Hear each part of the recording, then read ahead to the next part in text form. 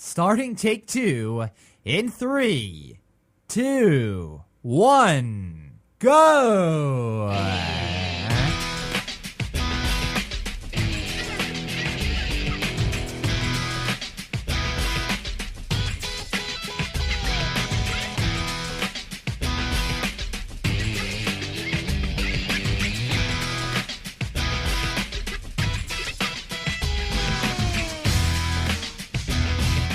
Oh, it's on. It's on like Donkey Kong. The countdown begins. That is right.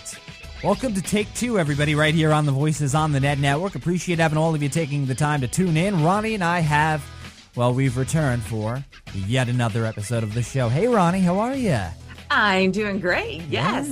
Another mini milestone. Another mini milestone we have arrived upon. Of course, you will make it official. You'll announce what episode that is, which mini milestone it is, of course. We'll get into all of that. We've got such a great show planned for everybody, so everybody that's tuned in right now, you'll want to stay put. As a matter of fact, seeing that we're at the beginning of the show, let everybody know. Go post on Twitter, post on MySpace, post on Facebook, post everywhere. Go knock on your next door neighbor's door and let them know the show's starting. Go tell everybody. A great show planned for all of you. But before we get into everything, if all of you tuned in would be so kind as the great listeners, would you please visit www.theonthenet.com. That is right, the Voices on the Net Network's website, where you'll be able to find more information regarding the Voices on the Net Network. Yeah, if you want to check out that information, all you need to do is go up to the top of the website. You go up to the top, you click the About link.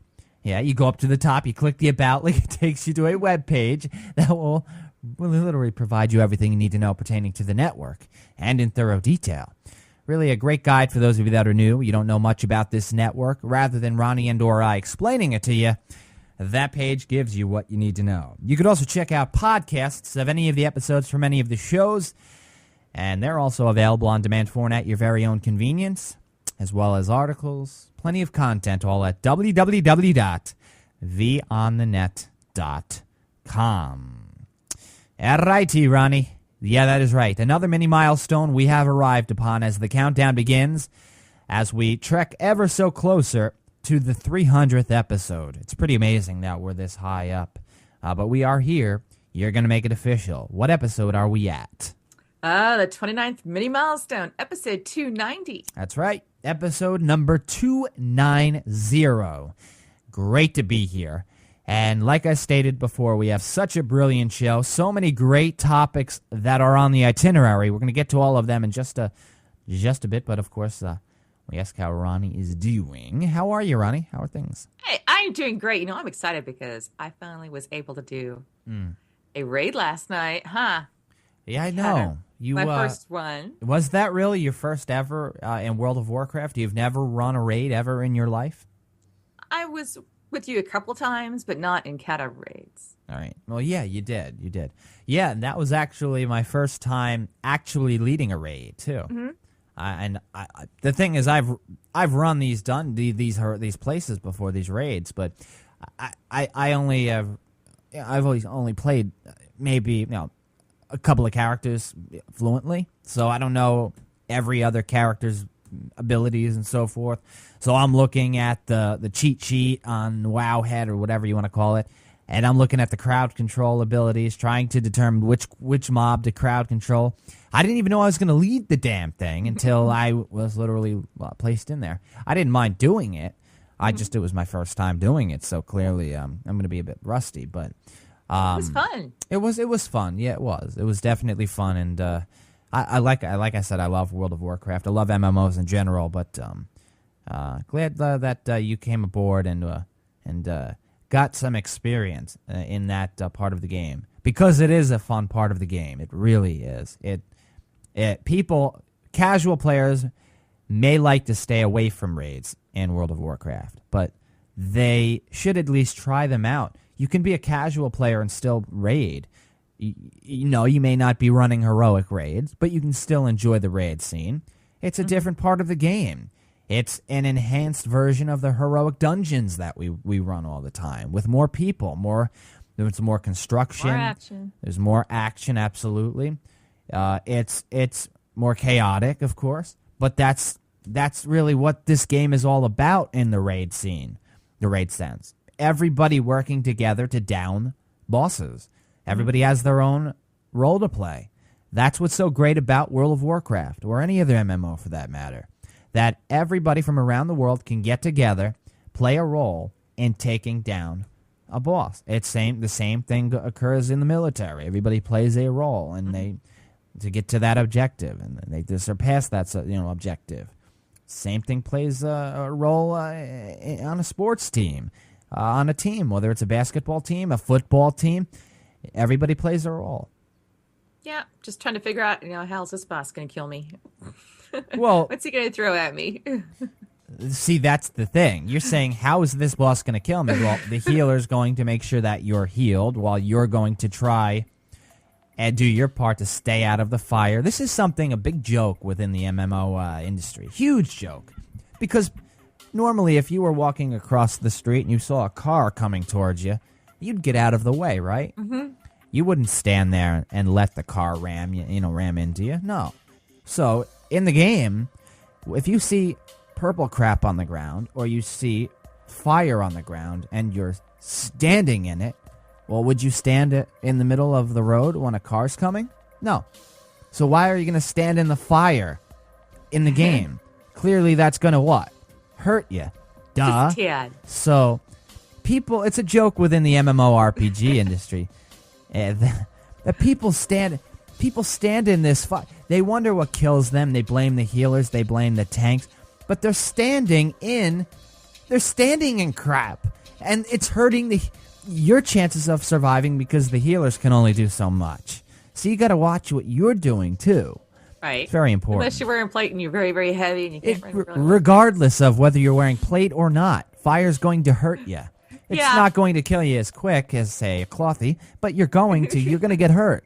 So, yes, it's a joke within the industry that they always bring up. If there's crap on the ground, get the heck out of it. It's as easy as that. Just to help the healers and the tanks and everybody else a bit by doing your part. So, yeah, it was fun. Definitely had a blast, and can't wait to get back in there and do it again with you, Rhonie. All right. We've got quite a bit to talk about on this 290th episode of the show, the 29th mini-milestone. Yep, yet another milestone, and we trek closer to our next major milestone, the 300th episode show. Yeah. So amazing. And you know what? I couldn't ask for a better co-host to do the show with, and we're definitely looking forward to the next 10 shows. In our trek to the 300th episode, you're going to... all of you listening are going to be witnessing some pretty great topics. But we've got some news for you. And, we talk about social media quite a bit on the show. We talk about Facebook. We talk about Twitter. We talk about MySpace, too. Now, probably more important than ever. No, not than ever. Probably within the last maybe year or so. More importantly, MySpace is probably at the top of the list right now in terms of social media news. It was sold. That is right. News Corps sold it. We actually talked about that, Rhonie, not too long ago, like 1 or 2 episodes ago. They better get rid of it soon, right? Because due to deflation, it's not going to be worth much. It's going to continue to lower in price, and it didn't sell for too much. They would have liked to get $100 million for it. They purchased it for $580 million. They only got $35 million from it, Rhonie. That's it. Yeah, Murdoch he didn't invest very well in this. And he's very famous for, putting his money into these types of networks and industries. Right. And reading the tea leaves, so to speak, as to how they're going to go. But this one, Murdoch lost a lot of money. Oh, he did.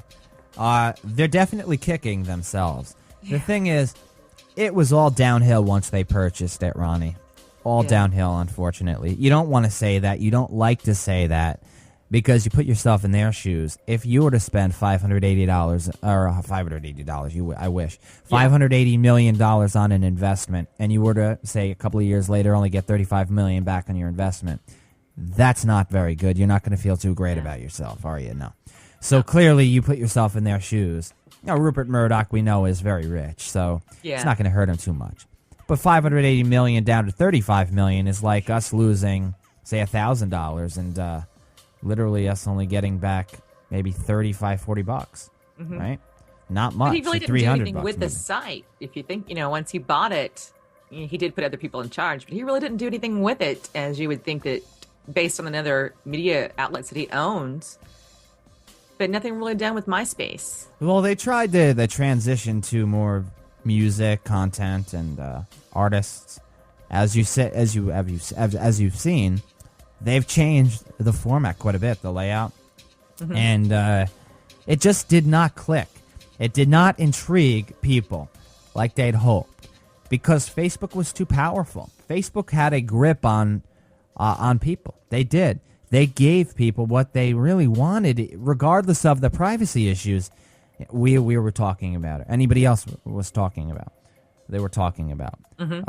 Regardless of those, they gave them what they wanted. This is a social media service that's clean. Everybody's there. Everybody's friends are there. And it helps a social media network when you have the people. If all of your friends are at one place, where are you going to go? To that place. It's as easy as that. So the people helped Facebook just as much as what they provided to the people. A clean layout and tools to use to benefit you in a social way. But now we have specific media that purchased MySpace. But Yep. even the clincher to that is that Justin Timberlake is a part of that. And that's That going to be was interesting. surprising to me. That's going to be interesting. That's right. Thank you for bringing that up. I didn't even bring up who purchased them. That's right. Specific Media purchased MySpace for $35 million, and they're the digital media platform, Specific Media. If you look them up on Google, you'll be able to find out a bit more about them. Wikipedia. They also have a website at specificmedia.com. But, Justin Timberlake is affiliated now with MySpace with this acquisition. And, of course, we know this is a ploy to try and get people to join MySpace. However, MySpace is in trouble because now Google's coming out with a social media service. Facebook is more popular than ever. And even with a celebrity name attached to it, you're going to have to add more than just a celebrity name to the incentive factor to bring me over to MySpace, solely over to MySpace. Or in other words, to use that service as much as I use Facebook or Twitter. Right. You know what I mean? They have to do a lot of changes. I mean, there'll be a lot of things that they're going to just copy, of course, because that's what they're going to. I have a feeling that's what they're going to do as far as. Well, how far can you go? They're wanting to, huh? I said, how far can you really go with a social media really platform? can't. You've already went. Facebook's done so much. Google's working on their own thing. What more can you do with a social media network? That's the thing, and that's what Specific right. Media is going to have to work on, and we'll see what happens. Yeah, because I know that this particular, Justin Timberlake is wanting to incorporate, where you can interact with your favorite stars, your celebrities, listen to music, watch videos. But isn't that what Google's already going to be doing? So that's kind of a, really nothing else that could be done, I don't think, as far as MySpace. And whether or not they're going to even keep the name is another thing. Are they going to keep the name MySpace once this entire release takes effect? I mean, then again, I don't want to make any accusations. I don't want to make any irrational assumptions. But getting rid of the MySpace name, is that really... Then again, what more can they lose before they're nothing? So they get rid of it and start over again. They might as well. But do you really want to get rid of the MySpace name that has been around for so long? And this was the top social networking site. This was a top social networking service at one point. Do you really want to get rid of MySpace, the name MySpace? So it's going to be interesting to see where MySpace goes. I'm going to tell you, I'm hugely into social media. I love interacting with other people. So I'm going to definitely follow this here. We know Specific Media specializes in advertising as a platform, as a digital media platform.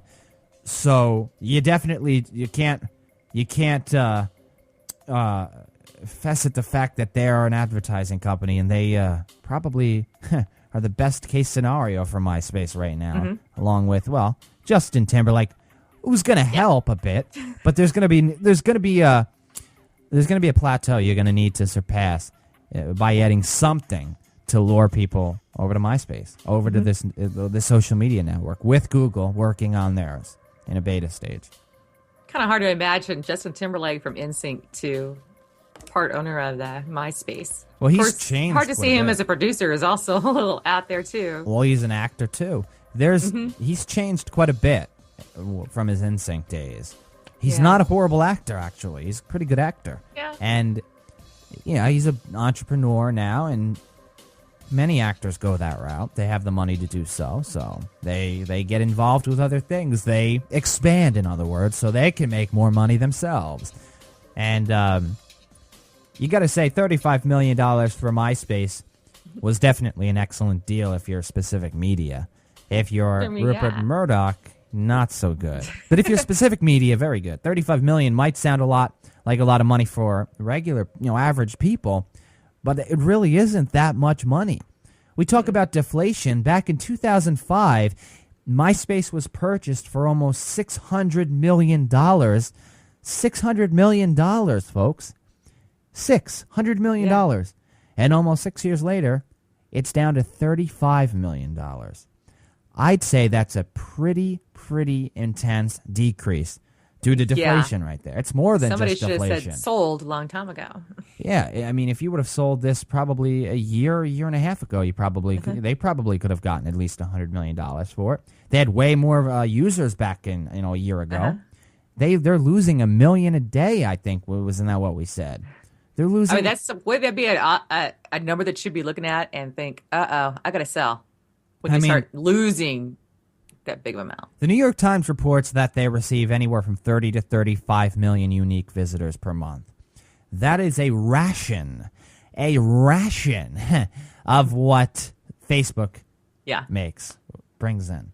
It's nothing. That's nothing for what a social networking site should, in the magnitude of MySpace, should be getting. I'm telling you. Somebody dropped the ball in the PR firm on when News Corporation had this, not to realize that how fast those numbers were dropping. I mean, we'd be like you and I, if we were playing the stocks, we would see that we are losing money. Hey, we're going to sell. But to hold on to it for 6 entire years, knowing that it's greatly fallen into the hole, nothing's coming out of it, and lose that amount of money. It's just you look at the fact that the MySpace has dwindled down to nothing because nobody is going to this server. Nobody is flocking to it because there's nothing there that they cannot necessarily get on Facebook, but in a cleaner environment. And again, we bring up the user base. That's so important. That's so important. If your friends are at Facebook, you're going to go to Facebook. Your friends aren't at MySpace. Why are you going to go to MySpace unless you're trying to plug something or trying to just add people to advertise for marketing purposes? Right. That's not going to drive MySpace to the top alone, just marketers utilizing their service. Nope. That's not. There was a hint, though. Tom left and went to Facebook. I think that would be a hint. Jump ship now, get off of there. And that's exactly what they should have done at that time and did not do. Yeah, I just think that it just, I think it goes to show you that they're, they were stuck between a rock and a hard place. MySpace. They had to do something. They made what they could. They weren't going to get more than $35 million. They weren't, like we stated before, Rupert Murdoch, News Corp. They would have loved to have gotten $100 million at least. That wasn't going to happen. Not with what Google. It was worst. It was horrible timing because of what Google is doing. It really was. If Google wasn't working on a social media platform, I think they could have gotten a bit more. But now that Google's working on a social media platform as well as Facebook, it's not gonna work out to your advantage if you're selling a service like MySpace. It's just not. So, $35 million. SpacificMedia.com purchased it. SpacificMedia.com purchased it for $35 million. Only a fraction of what it was purchased by News Corp at $500 million for back in 2005. And we'll see where it goes from here. Can MySpace somehow turn around with Justin Timberlake and a new owner aboard? We're gonna find out. We're gonna find out in due time. We shall find out. But on this 290th episode of the show, that's the 29th mini-milestone show, we're going to move into the associations part of the program before Rhonie's stamp of reparation. That is right. We associate just random things with, each episode number. An interesting part of the program, to say the very least. But you know what time it is right now. It is time to thank our sponsor. And that is right. This portion of the 290th episode of the show is brought to you by none other than Audible.com. And we thank Audible for their generous support of the Take-Two program as well as the Voices on the Net network. Now listen up, ladies and gentlemen, because Rhonie and I have an awesome deal for each and every one of you. And you don't have to spend a single dime. You don't have to spend a single dime. Nothing. It's a great deal for you. Over 85,000 audiobooks to choose from, for one, and counting, I should say, because Audible's always adding great audiobooks to their service. They're the premier service on the web. Nobody's competing with them because they're that great. It's going to be tough to compete with Audible. They have just about every popular book you can ask for. Your favorite books, they're going to be there more than likely. Well, we're going to give you one free audiobook and a 14-day, a 2-week free trial to browse the 85,000-plus audiobooks that Audible has to offer. Really a great deal. If you go to audibletrial.com/take2 right now, that is audibletrial.com/take2, you can take advantage of this brilliant offer. Because even if you're not an avid reader, say you are an avid reader, say you're not an avid reader, more than likely you enjoy watching movies, television shows, you enjoy listening to your favorite radio shows, music, podcasts, whatever. You enjoy the auditory experience. Put that paperback book down for a moment and go put your headphones on, plop down into, on your couch or your bed and enjoy your favorite book via listening to it rather than reading it traditionally. I think you'll enjoy it. I really do. Rhonie thinks you will too. We're both subscribers. We enjoy it immensely. We know you will. audibletrial.com/take2. Don't wait any longer. As always, we thank Audible for their support of the Take-Two program as well as the Voices on the Net network. All right, association time. So, Rhonie, you've got a few of them over there for us. Mm-hmm. You want to start us off with one? Well, back in January of 2011, Curtis Jackson, better known as 50 Cent, yes, made himself a cool $8.7 million based specifically on his Twitter account. That he able to make his penny market that he actually invested in. He owned 30 million shares of H&H. And at the beginning of the trade on Monday, that was actually only worth 10 cents a share. By the time the bell closed at the end of the day, it was worth 39 cents a share, which was an increase of 290%. 290% increase, huh? This was a penny stock. Penny stock. Interesting. That he owned. Yeah. Huh. And this had to do with Twitter? You rambled a lot there. I'm trying to... Yeah, it had to do with Twitter. So he had all of his followers that he has on Twitter. He told them about what he owned and what the stock price was. And then he the power of social media. Advised them to purchase stock. And by the end of the day, it was all purchased and all had grown 290%. The thing is... on his Twitter. Right. And that happens to be beneficial to those that have a lot of users, a lot of followers. Mm-hmm. If you have a lot of followers... and you're doing something that 50 Cent did here, you're going to benefit from this more than somebody that only has maybe 500 or, heck, even 100,000 followers. These celebrities have millions of followers. So I don't know exactly how many followers. Do you know how many followers he has? I'm not sure how many followers he has. But in many cases, these celebs have millions of followers. Let's take Justin Bieber or Lady Gaga, for instance. They have 10 million plus followers on Twitter. If they post something on Twitter, even if 1%, folks, of that user base clicks whatever link they post, that's going to be a lot. Yeah. I mean, that's going to be a lot. I mean, what is that, 100,000? I mean, is that 100,000, 1% or no point? If it were 0.01%, that would be a lot. That's 100,000 right there. That's how Britney became crazy. So famous on YouTube, was because of him. He has all those videos that are out there, but he was able to go on there based on Lady Gaga, and there was another female artist that posted his account, and all of a sudden 2 or 3 million is not unheard of on his account. Yeah, people visiting. That's crazy. It really is. If you were to purchase, even if to say 10%, and that's a realistic number, 10%. We're talking about 1 million people here, folks. Yeah. 1 million people. And we're talking, we go back to 0.1%. At 100,000, it would be 0.101, 0.1%, 1%. That's 1%, 0.01. Okay, 1%. I'm having a brain fart here again. 100,000 people is a lot of people that would click that link. Yeah. So, yeah, that benefits you if you have more followers. So, absolutely. If you're going to do a penny stock, I guess it helps to have more people on your Twitter. Yeah, especially when he account. owned 30 million shares. So that kind of tells you how many people must have been on his account. Right. I've got an association for those of you, though. Listen to this, folks. So unfortunate that a guy had to get nipped by a bear, but is it more unfortunate that they had to kill the bear because of that? You know, you never like to hear about bears, or animals dying, right? No. But what else were they going to do? I mean, it's either the human or the bear. Who are you going to choose? That's the thing. If we're humans, we got to stand up for our race, right? The human race. I listen to the story here.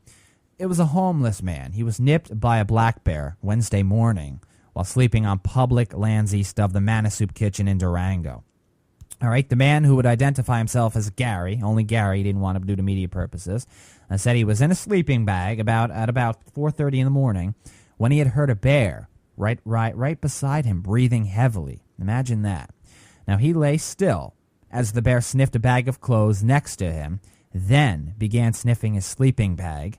Now, then the bear nudged Gary down, I believe it was his feet, and that nudged his feet, then began chewing at the bag. Now, once he nudges your feet and begins chewing at the bag, you're going to get out of that sleeping bag, right? Well, Gary stated, quote, "I almost froze up. I had to take action. It was either he or me. He or me. What are you going to do?" So Gary jumped up, yelled at the bear. The bear nipped Gary's left wrist and lunged back. Gary used his camp mattress as a shield between him and the bear, and then backed up slowly before turning to run down the hill. He stated, quote, "I've never run like that before in my life. I can imagine." Now, he estimated that the encounter lasted 2 minutes, including the time he lay still, and at 6:25 a.m. he walked into a fire station for medical attention. And this is where everything started to turn for the bear, because the bear clearly was going to be injured because, well, he's chasing the guy. What are you going to do, right? So federal wildlife officials found bear prints at the campsite and used a dog to track the bear. The 290-pound male Bruin was located and it was killed Wednesday afternoon. And it was located 100 to 200 yards from the site of the incident. So it went pretty far from where it occurred. So he chased the guy fairly far from the site. I don't know exactly. I mean, 200 yards from the site. Clearly not that far, but he still chased him until he reached the hill. That was his only move, Gary, to run down the hill and seek help. And clearly, a bear in the area. What are you going to do? You're going to keep it around? Are you going to kill it? Are you going to injure it? You're going to capture it?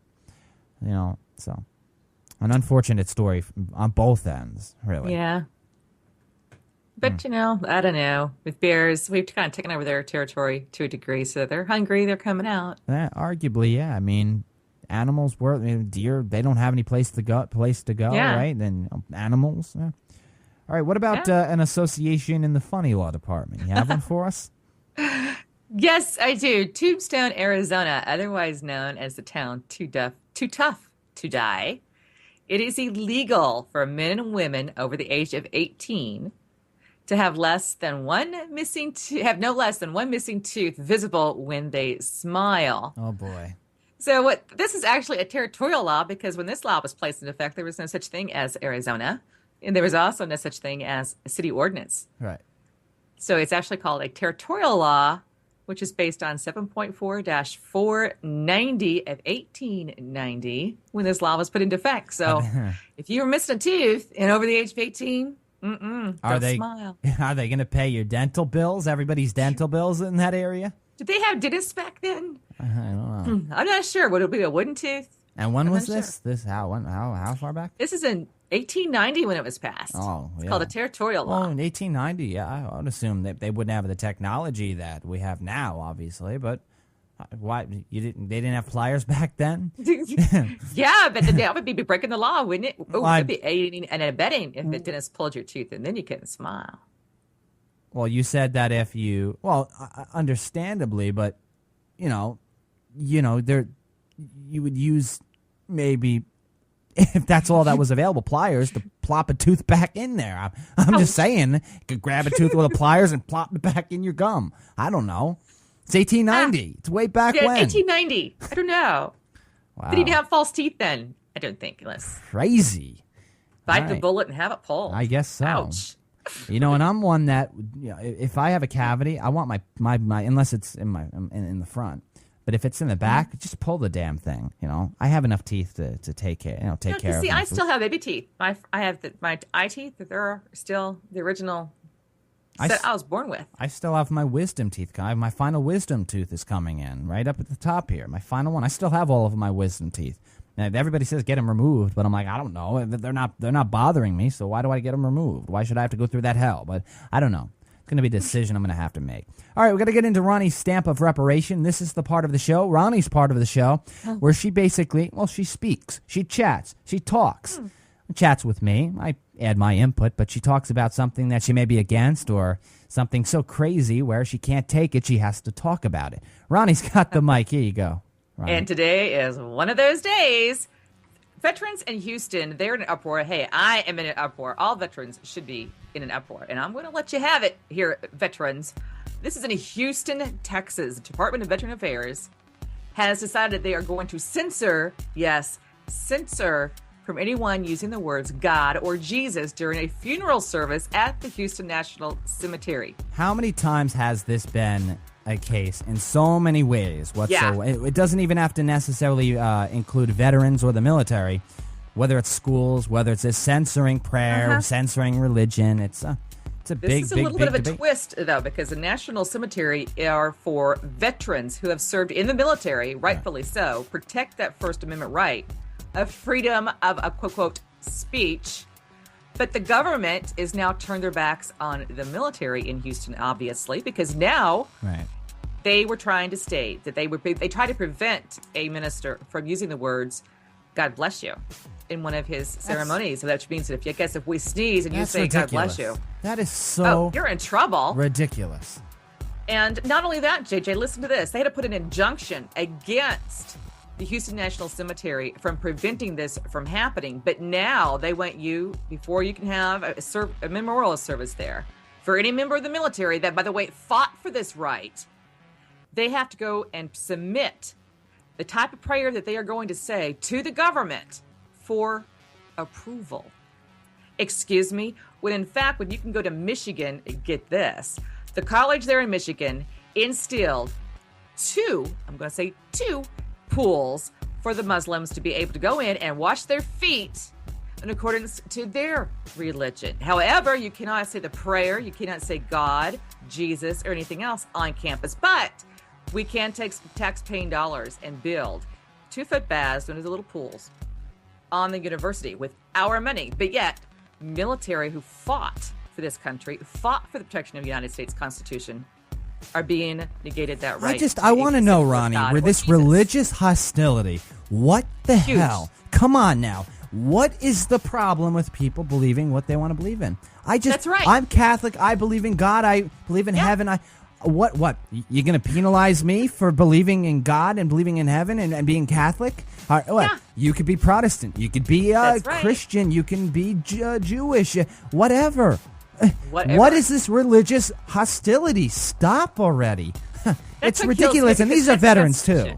These are veterans. Freedom of a religion, not freedom from religion. I think that's a part of the progression that we are into this type of society is anti-Christian, anti-God, anti-Jesus. Take them out because they misread the Constitution. JJ. They should read the Constitution over again. That's right. They're trying to state that the government cannot dictate a specific religion, but in fact, they are. When they're sitting there at a university and using our tax dollars to build something for a specific religion, but yet the military are being constricted against to where you have to get approval from the government, which, by the way, are not supposed to interpret, the religious factions of this country. We have many, different types of religions. And when you join the military, one of the first things they do is ask you, what religion are you? And it goes immediately on your dog tags. Mine has Catholic on it. Right.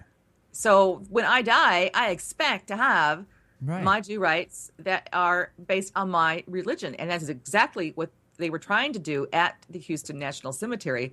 but they refused them that right. It's nonsensical. And they are still trying BS. to refuse them that That's right. what it is, Rhonie. It's nonsensical BS. But it's horrible to hear this. It's been going on for way too long, and unfortunately, it's going to continue to go on. This religious hostility, and you continue to fight for your right. Really, this is the Constitution here. We have the freedom, if we would like, to believe in what we want to believe in, and apparently some people don't agree. But that's unfortunate that this has to be the case. It really is. But thank you for your stamp, a great one as always. Always looking forward to what you have to say, Rhonie. But we do have to go to the break right now on this 290th episode of the show, the 29th mini-milestone. But we have so much coming up during the second segment, you really don't want to miss it. You really don't. What we're going to be talking about, Rhonie and I, we're going to go into what we're going to revisit from back on episode 273. We talked about whether homework should be abolished. A great discussion. If you want to go to vonthenet.com and check that show out during the break. Absolutely great episode. Great discussion. We're going to revisit that. Because there's a school in California that has decided to restructure what Rhonie and I talked about back on episode 273. Yeah, that's right. So we're going to talk about the school, the district. It's America's second largest school district, restructuring the homework scene. And we're going to go a bit into this here. Also, Time has opened up a can of worms here as they published a column, quote-unquote column, stating that women are better at everything. Yeah, Rhonie loves hearing that, but I don't. Do you? Do you, folks? We're going to talk about this. I think everything's too general, isn't it? I could just imagine. Yeah, we're going to talk about that as well as the blast from the past coming up. You don't want to go anywhere. So much coming up on this 290th episode of the show. Rhonie and I return right after the break, so stay tuned.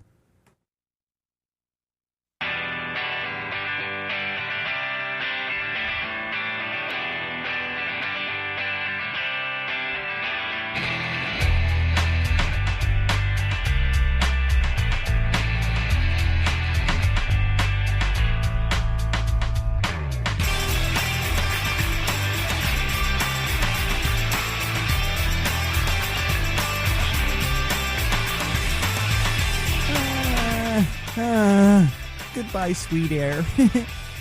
Darn it. I have to turn the air unit off when you do the show. It's too darn loud. I just have to enjoy the cool air as it seeps away so quickly. Do you want me as a voiceover artist for your book? Yeah. Right. Well, welcome back to Take Two, everybody. Right here on the Voices on the Net. Now, Rhonie's like laughing over there. She's like, JJ, what do you want over there? And I want some of it. Yeah, right? I will never reveal. I will never reveal my concoction, ever. Anyhow, welcome back to Take Two, everybody. That is right, the second segment of this 200, what is it, 90th, is it? Yeah. The 290th episode of the show, the 29th mini-milestone program.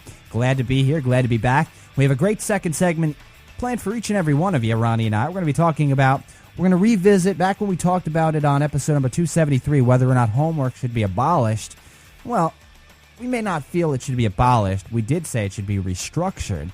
One county or one area in the United States, America's second largest school district in Los Angeles, did restructure that. We're going to talk about that as well as Time magazine, Time's website, opened up the can of worms here by stating that women are better at everything as compared to men. Such a generalization that I just don't like. We're going to talk about that as well as your blast from the past. There's so much coming up. But before getting into that, time to plug the network. If those of you tuned in would be so kind, as the great listeners, would you please visit the website. That is www.theonthenet.com. That is right, the Voices on the Net Network's website, where you, the great listeners, will be able to find more information regarding the Voices on the Net Network. Yeah, in order to check out that information, you go to the top of the website, and it will take you to a web page. Once you click the About link at the top of the website, forgot that little detail. Once you get to that page, it will give you everything you need to know pertaining to the network in thorough detail. Yeah. A great page for those of you that are new to the network. You know nothing about the Voices on the Net network. Totally recommended to go there. You could also check out podcasts of any of the episodes from any of the shows, and they're all available on demand form at your very own convenience. And you can check everything out, by going to www.vonthenet.com. That's www.vonthenet.com. All right, welcome back, Rhonie. Thank you, JJ. Oh, yes. It Episode seemed 290. Yeah, it seemed as that was an odd opening. I don't know. I'm like turning off the air unit, and the air is going out very quickly. So my breath of air is slowly deteriorating as I'm getting hotter and sweatier as the seconds pass. So I'm like, I don't know, heat exhaustion. I don't. What would you call it? Whatever. Freon withdrawal. Maybe, I don't know. Either or. But yeah, it's already starting to get hot in here as the. I'm 96 here. Wow, I don't know how you deal now. 96. It's not quite 96 here. It is 77 here, but it's going to increase quite a bit as the time moves on. But 96 degrees 96 right now. How do you deal with that? How do you deal with that? You do have anything on bottom? Underneath what we're seeing. Probably I don't only have dress up from the waist up. Yeah, I could imagine. Definitely, if it's 96 degrees from the waist down, there's probably not much there, if anything. Yeah, that's why I get up very carefully. Yeah, you don't want us to see, because then it will turn into an X-rated show, and we don't want that. Yeah, we'll have to change the time. Yeah, we'd have to. We wouldn't be able to do that now. No, too many young eyes and ears watching and listening. Listening, okay, but watching, yeah, not so much. But yeah. Pretty hot. I don't know how you deal with it. That's pretty hot. But let's start. Why don't we? That would probably be the good thing to start. Yeah. All right. Rhonie and I, we're going to revisit. From back on episode number 273, we talked about whether or not homework should be abolished. Yeah, everybody is done, if not doing homework, quite a bit of it. How many people feel there's just too much of it going on? You go to school for 7-8 hours a day. You come home, you're doing 2 hours of homework. Mm-hmm. Then less than 12 hours later, you're back in school again. Just you don't have enough time to relax, spend time with your family, enjoy dinner, go out with your friends, do the things that people should be allowed to do during their free time. Rhonie and I talked about it. We didn't say we would abolish it, but restructuring it, absolutely, yes. One area around or in the United States did exactly that. An area in California, Los Angeles, America's second largest school district, actually restructured their homework policy. They state that homework assignments can account for no more than 10% of a student's final grade. This is the nation's second largest school district. Once again, it's called the Los Angeles Unified School District. And while I stated let's restructure it a bit, should they have restructured how much of a student's final grade is taken off from homework, or restructured how much homework is given? Understand? I want to hear your opening statements, Rhonie. What they failed to put into this particular article also is based on CPI, which is the Cumulative Promotion Index of the whole entire United States. And that this particular area happens to be also the one at the bottom of the list with the worst high school dropout rates and the worst graduation rates, the very worst. Well, it's a rough area, right? Based on two issues, though. One is that it's a very diverse ethnic mix. Right. Most of the children there, the teens and high schoolers, do not speak English. So you have a whole different thing going on besides the budget. So what is actually going on here? I mean, they released it to 10%. So what does that mean? 90% is going to have to be left on what? Test taking? Activity that you're doing, participation in class. How much is going to be based on that? And is that going to bring out another group that's going to be complaining, well, wait a minute, they're basing too much of the exam on a test. You can't have it both ways. I mean, you have the biggest school district that you have in Los Angeles, if not, nationwide, in comparison to other states that we have in the union, but yet it falls at the bottom of the list of the graduation rate. So are they trying to actually, quote, pass these guys through as fast as they can and give them the easy way out? And heaven forbid they go to college. Oh my gosh, they might have to actually do some homework. Now they're going to not be used to it. But that 10%, don't you think that's a little bit lacking? Almost a it's a slap in everybody's face. Well, the fact here, these Ronnie, guys is not doing it. I understand what you're saying here. That's why I wanted to ask for your point here. Talking about whether lowering the amount that's taken off of a student's final grade based on their homework, how much they've done versus restructuring how much homework is given. What I want to target here, and I want to see what you have to say, in many cases, and it shouldn't be used as, but it is anyway, used as a form of punishment for students that are late, for students that may have did worse on a test or a quiz than other people. They'll receive extra homework because either they didn't study, but why is that the case? The teacher's the one teaching the students curriculum and so forth in education. So the teacher should be somewhat to blame here. I think in many cases, and I do agree with this because I went through this quite a few times back when I was in grammar school, where homework was used as a form of punishment. It was no matter what they're going to punish you, they're going to punish you with extra homework. And in my opinion, that is not the answer. Right. It isn't. It's not. Extra homework is not the answer. First off, teacher to student, that's number one. Always.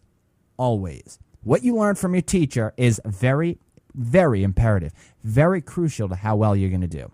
Surely there are gifted students that will be able to do it on an individual basis, but that's not the mainstream audience. That's not the average. It's not. I'll tell you that every single second of every single day. It's not. From teacher to student, that's number one.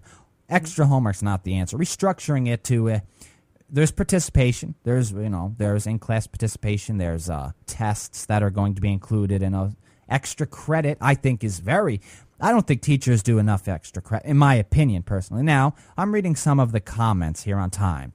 There are teachers clearly commenting how they're stating students nowadays complain too much. They don't know what work is.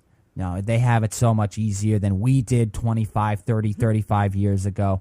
That's a crock of crap. It is. That's a crock of crap. You're right. You didn't have the technology we had back then. But don't tell us that you had it easier or you had it harder than us. Don't tell us that. Because what you made up, what you had to do back then without the technology, we make up for extra work. That's what we do now. And the technology is complementing some of that extra work to make it a bit easier now because of that technology. But teachers know that technology is used for homework assignments. So they may include maybe in their itinerary or their rubric, rather than writing a 1,000-word essay, write a 2,000-word essay. Include 10 references and not 5 references. You go back 5, 10, 15, 20 years ago, that was the case. Maybe 5, 6 references. They'll double it. They'll look at the statistics. So don't tell me that you had it harder back then. That irritates me. It really does. Does it irritate you as much as it irritates me when you hear teachers? I think every generation goes through that, and then one before. So I guess the college education. So I guess the college education that I'm receiving now online is nothing. So I guess I'm not learning anything. Yeah. Those of you that learned in a traditional university 20 years ago, you received a better education than I did. Give me a friggin' break. Come on. Yeah, seriously. even though the requirements are exactly the same. You have to meet the same exact requirements, and they ridiculous. Seem to think that they had it harder. No. That pisses me off. Excuse my language. Pisses me off. But with this particular portion of the school, this area, since it has the majority of them are minorities of ethnics and do not speak English, I think maybe the number one problem reason here is maybe they should speak English before entering the school system. That's a great point. Because that they're going to be quoting this because this is so far down on the level. We're talking almost a 71.3% drop level in graduation based upon their inability to speak English. Right. So if they're going to be taking a test, how are they reading that test? Is it written in Spanish? Is it written in their own native tongue? Versus our system is English. How is this compensating for any of that? And if there's going to be only 10% on homework and you've got to take a test, how much studying time are you going to then state that the student is allowed to do per this particular abstract based upon taking a test and passing that test, since the test is going to equate more towards that grade than the homework is going to. Well, Ronnie, we don't have to hide anything. It happened when I was in school. It happened when you were in school. They're fortuitous. They are. It's fortuitous for those that don't speak English that are doing tests, quizzes, just assignments. You don't know what these aides are telling these students right here. Are they helping them out? They're giving them the answers. I always noticed that they received a little, they being, I don't mean to stereotype, they meaning, equaling those that may be Spanish or another ethnicity. In other words, that can't speak English, which, of course, I feel should be the case. You're coming here, you should be able to speak English, because if we were to go to your country, we'd have to speak your language. Right. The fact of the matter, but that's neither here nor there right now. I want to talk about the fact that, are they getting special treatment? Are these individuals, these other races, other ethnicities, other ethnic groups getting special treatment? And is that why this was reduced rather than restructured? And that's why I bring this up, my point here. Back on episode 273, Rhonie and I brought up restructuring it is not a bad idea. Is this necessarily restructuring the homework scenario? I think not. It's not. No, this is definitely not that. This is more of siding with one specific unity of America. Exactly. Versus the ones that actually live in the United States, legally born, raised here, so to speak, and actually conform to society as far as speaking the language and unifying with all the cultures that are here in the United States. And you mentioned, if I would happen to say that I want to go to, let's say, France and study as, for a year in high school and go out there and be a trade student, guess what I'd have to learn before I go there? French. Yeah, I think I you're have to French, learn that before, French. Yeah, and speak it fluently before I would be able to go over there and be a foreign exchange student. So they're coming here, they're illegally here in the United States, do not speak English, and now we're going to lower the educational standards because, number one, the budget is so screwed up out there in California. Two, because the graduation rate is so low, they are the lowest in the nation. And we're going to sit there and say, okay, well, in order to raise that number, but so we can continue to get our grants federally and state-wise, we're going to have to lower those standards. That doesn't seem to be a fair change to me. I mean, that doesn't seem fair to anybody. I'll tell you, Rhonie, there are things that we disagree with a lot on the show. That's part of it. All right, we have our own views. It's part of the show. It's part of the entertainment. We want to provide a good show.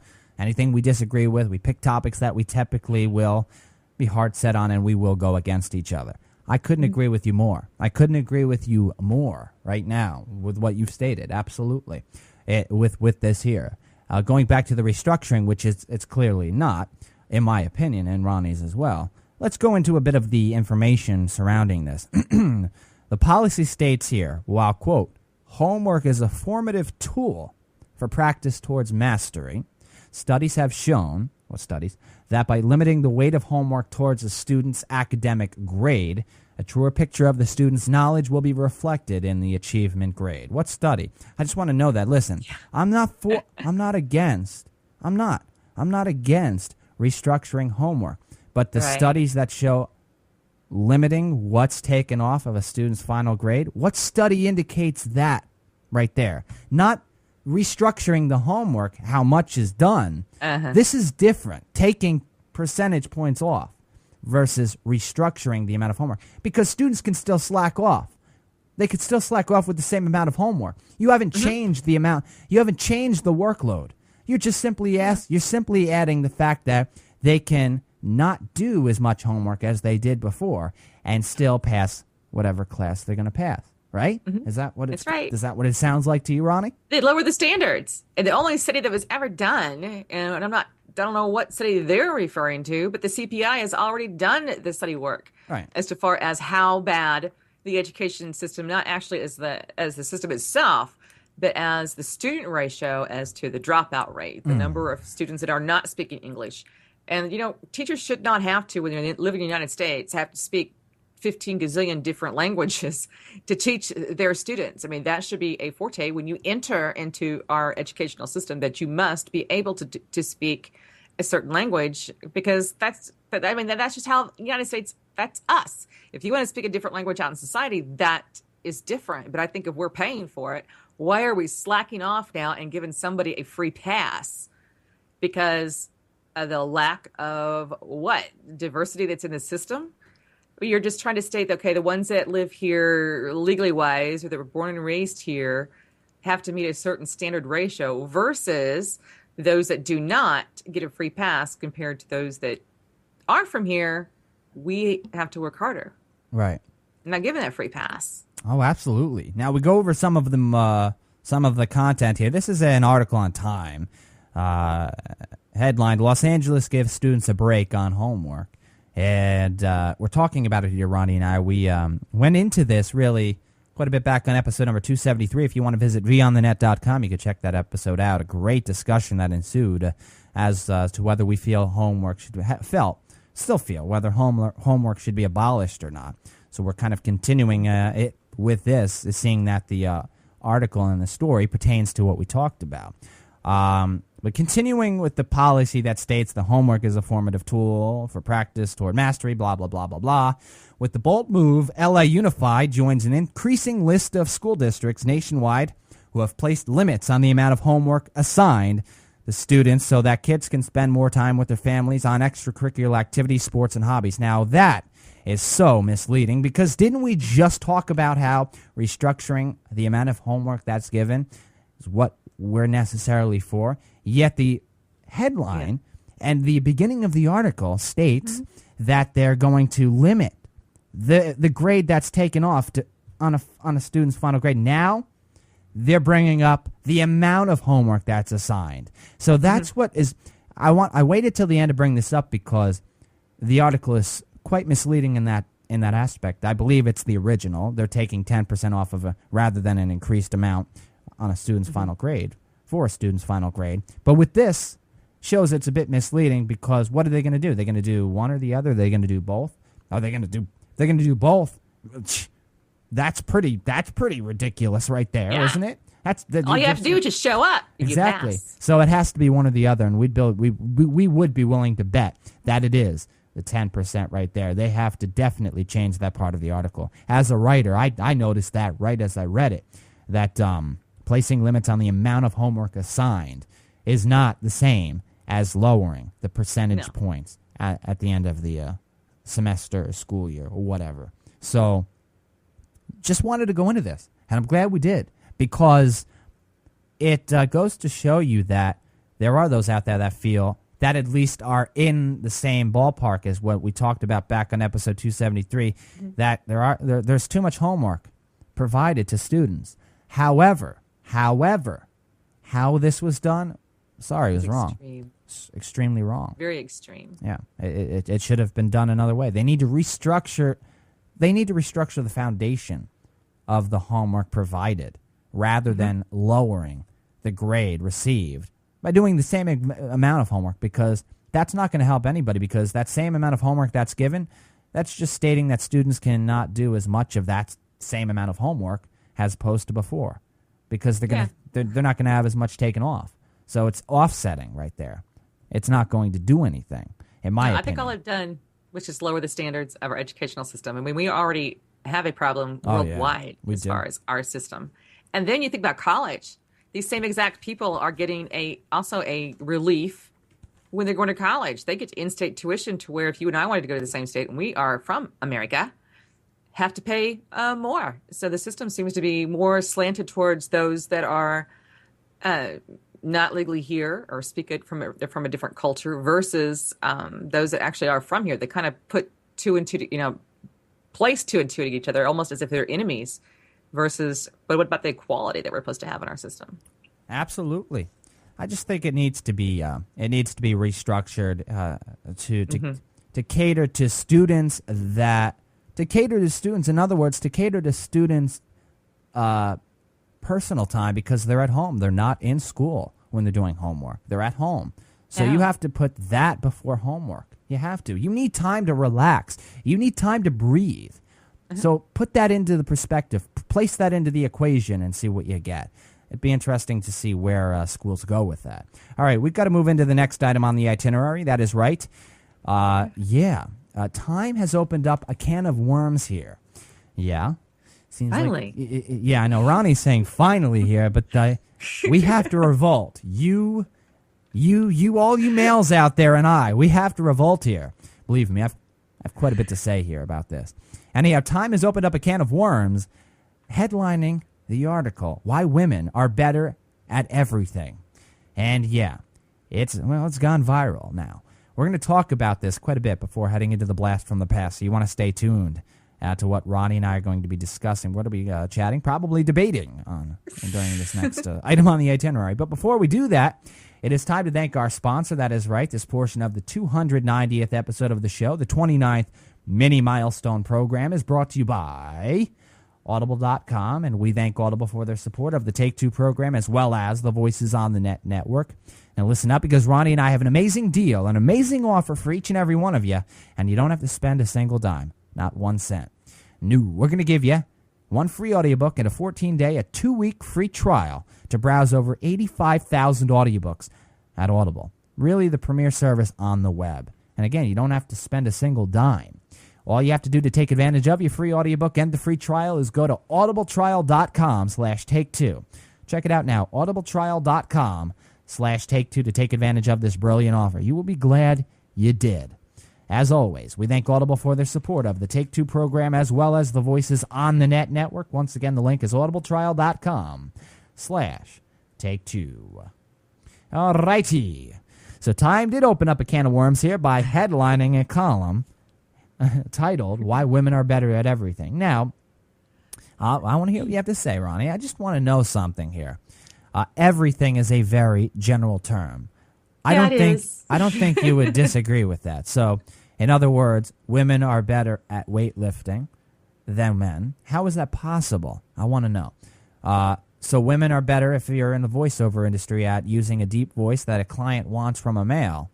How are they going to do that unless they have a sex change? Which is possible, but it's not likely, not realistic.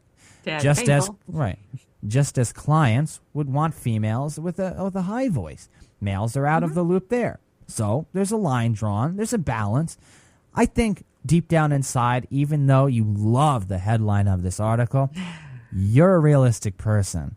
And I hope you don't totally disagree with me in stating that everything is too general, and that headline is way too general. Come on now, Rhonie. Well, the headline caught me. I'm sure it did. I was it did. JJ's going to like this. I hope we take this to her. It's actually based on a book called Man Down by Dan Abrams, who actually believes that women are proof beyond reasonable doubt that women are better cops, drivers, gamblers, spies, just about everything else. But technically, we're not better. I think that we try to improve ourselves and try to put ourselves out there that, hey, we can do the same job. We'd not be able to be as strong as a male is. We may not be able to do specific roles in society that are specifically for males, such as certain parts of the industry of the military are specifically for males, because women do not possess those type of strengths, the same characteristics, the same capabilities. Well, they don't. Well, they don't have the same characteristics. They don't. Right. It's in different areas, because women, if caught, would be pretty much non-existent at that point. This is why men in the military are able to join these specific rankings, these specific groups, because if they're caught, they're not put to the strenuous that we as women are caught if we are caught in the same circumstance, because of the countries that they go into. Women are the last thing on the bottom of the totem pole as far as the food chain.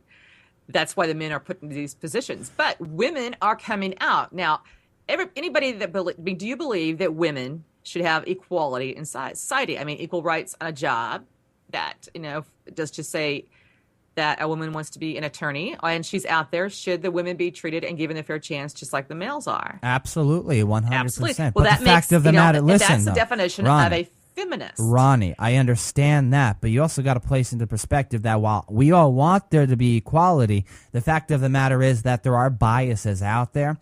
That of course. You're going to be a manager, you're going to want, if there's a female and a male competing for a job that happens to be male-dominated, the female can still do it. Doesn't necessarily mean that they can't, but the manager's going to hire, just simply based on the bias, the male. It's just how it is. There are going to be biases involved. I'm totally for equal rights.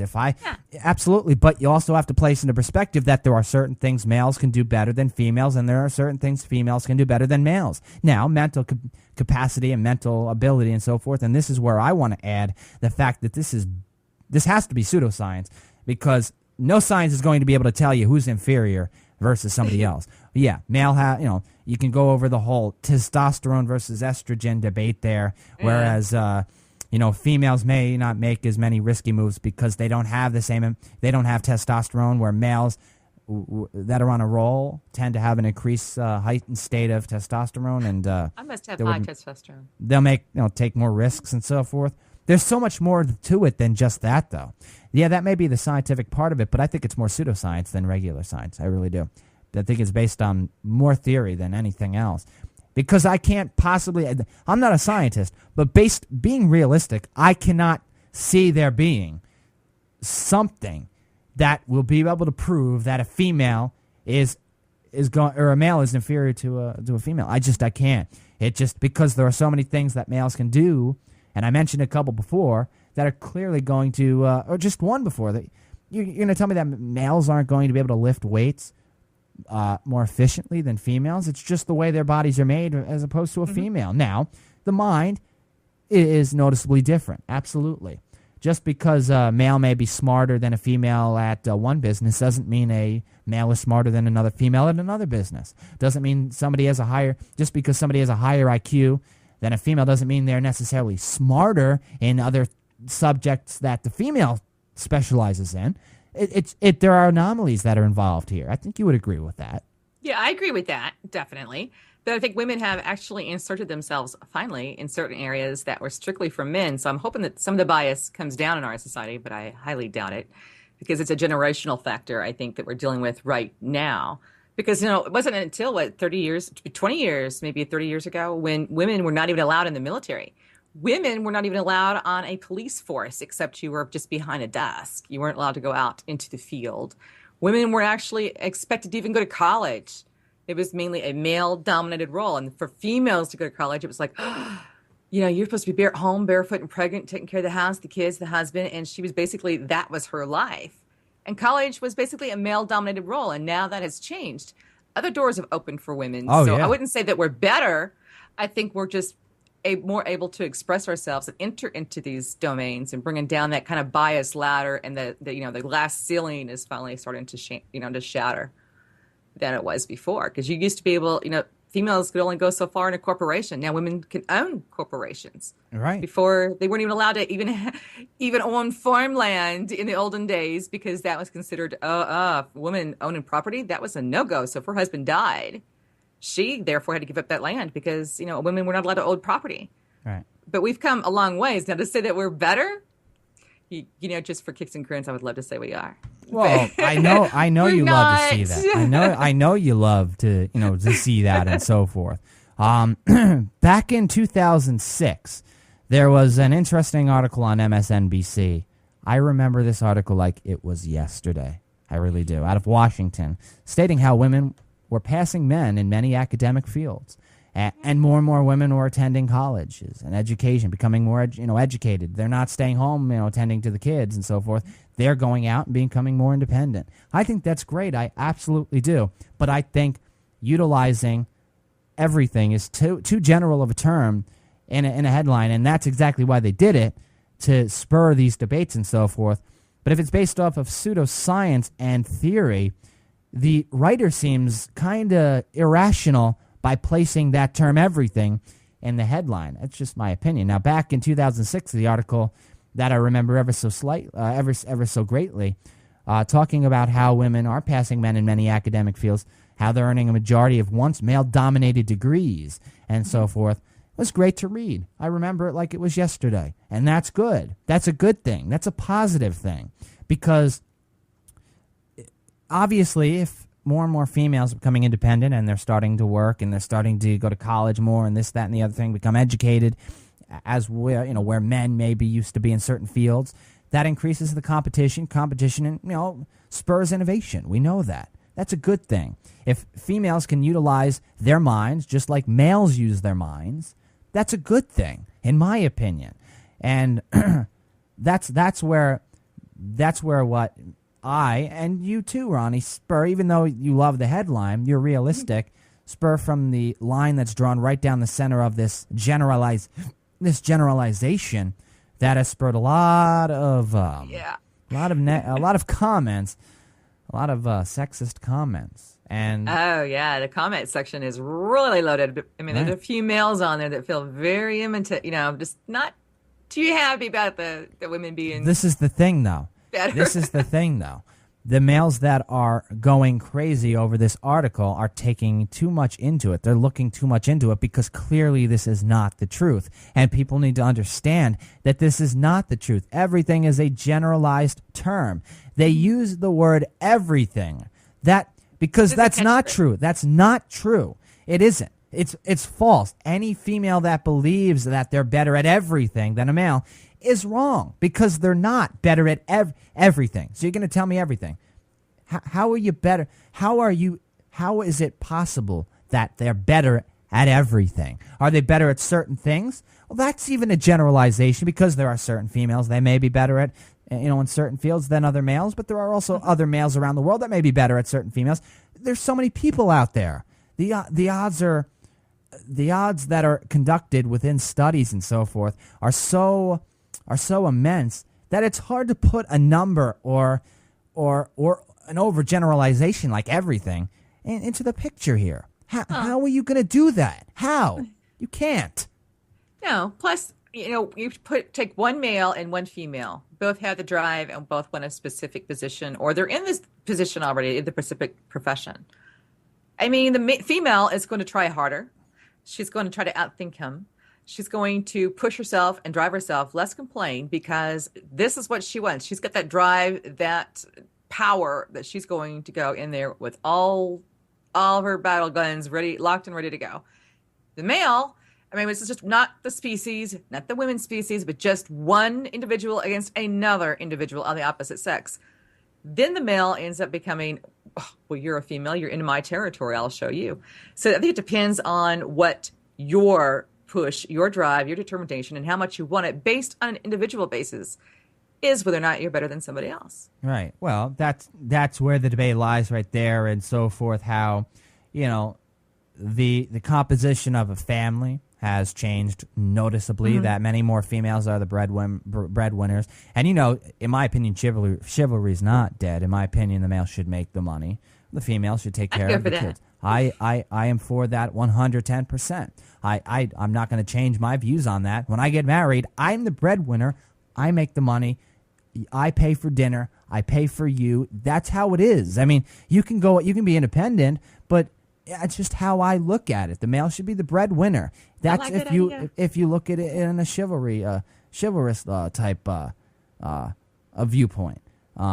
It's just how it is. And in my opinion, though, but there are females that are totally against that. And yeah, they have a more feministic view because they feel that they do have the same rights, but just because they have the same rights doesn't mean doesn't mean you have to go out and work and make $100,000 when I'm making $100,000 or more. Yeah, it's going to be $200,000, but I'm saying there has to be a line drawn. Who's going to take care of the kids? You want a babysitter to do that? What, you want me to take care of the kids? You go to work? What? There has to be a balance in a relationship, and that's the balance, in my opinion. Some people are for, okay, the male's going to take care of the kids, cook, while the female goes out and works. Well, fine. If you're for that, fine. Females have the right to do that. I just say that I want to work while the mother takes care of the kids.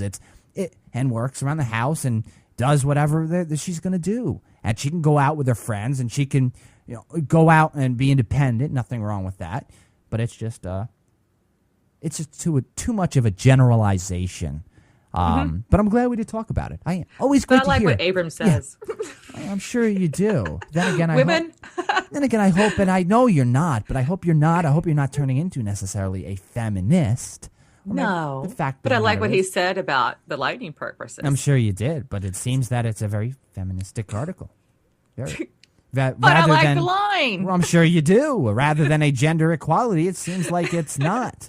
It seems like it's not that, and that's while people are looking for that, they're going to get the exact opposite, and that's gender supremacy. I think that's what the author's targeting here. It just seems to me, because of that generalized term, everything. I don't know. It's just too generalized. All right, we do have to go to the blast from the past on this 290th episode of the show, the 29th mini-milestone program. Hope you're enjoying yourselves as much as Rhonie and I are. This is the part of the show where we go into the past, and we take the time machine into the past. And it could be any debate, discussion whatsoever. And, we definitely do have fun. We do have some fun during this part of the show. So what do you say, Rhonie? You want to take the time machine with myself and the listeners and head into the past? Oh, I'm ready. I'm on board. All right, folks. For episode number 290, we present to all of you, your blast from the past. Enjoy, ladies and gentlemen. All right, judging millionaires, or the typical millionaire. Now, neither of us are millionaires. However, I do know millionaires. You know millionaires, right? Do you know millionaires? Yeah. Yes, I do. If you were to look on your television or on the internet, the stereotype of a millionaire, usually you would think right off the bat, or somebody just in society would think that a millionaire only drives BMWs or Ferraris. They wear designer fashion. They have $5,000 watches. They walk the part of a millionaire, the stereotypical lifestyle of a millionaire. But believe it or not, there are millionaires that don't act the part that we perceive them to be acting, which is, of course, the celebrities, these famous people we notice on television or in the news, that really act the stereotypical part of a millionaire. But looks can be deceiving because judging somebody based on what they may have could make you out to be the bad guy, because they could be just as normal as somebody that isn't a millionaire, somebody that is middle class, or perhaps this. How about this scenario? A millionaire may not flutter to the $5,000 watch that the middle class person has been dreaming of. The middle class person that doesn't have the money at the time, but once they do have the money, they're going to go flock to this $5,000 watch because they want it. The millionaire knows they can afford it, but they don't necessarily have to go flock to it. So you could also put that scenario into the picture. Where do you stand on this, Rhonie? We're judging somebody's success simply by how much money they have in their pocket or in their bank account. Where do you stand with the typical millionaire, just in general, Rhonie? Well, I personally know the millionaire, which is Warren Buffett. And I can tell you that if you saw this man on the street, you would not know that he was a billionaire. I mean, he's top of the line. You would not know that. He does not spend that kind of money. He still lives in the house he grew up in as a child, which is less than about 7 miles from where I live right now. It's 2 bedrooms, a very small home that he lives in.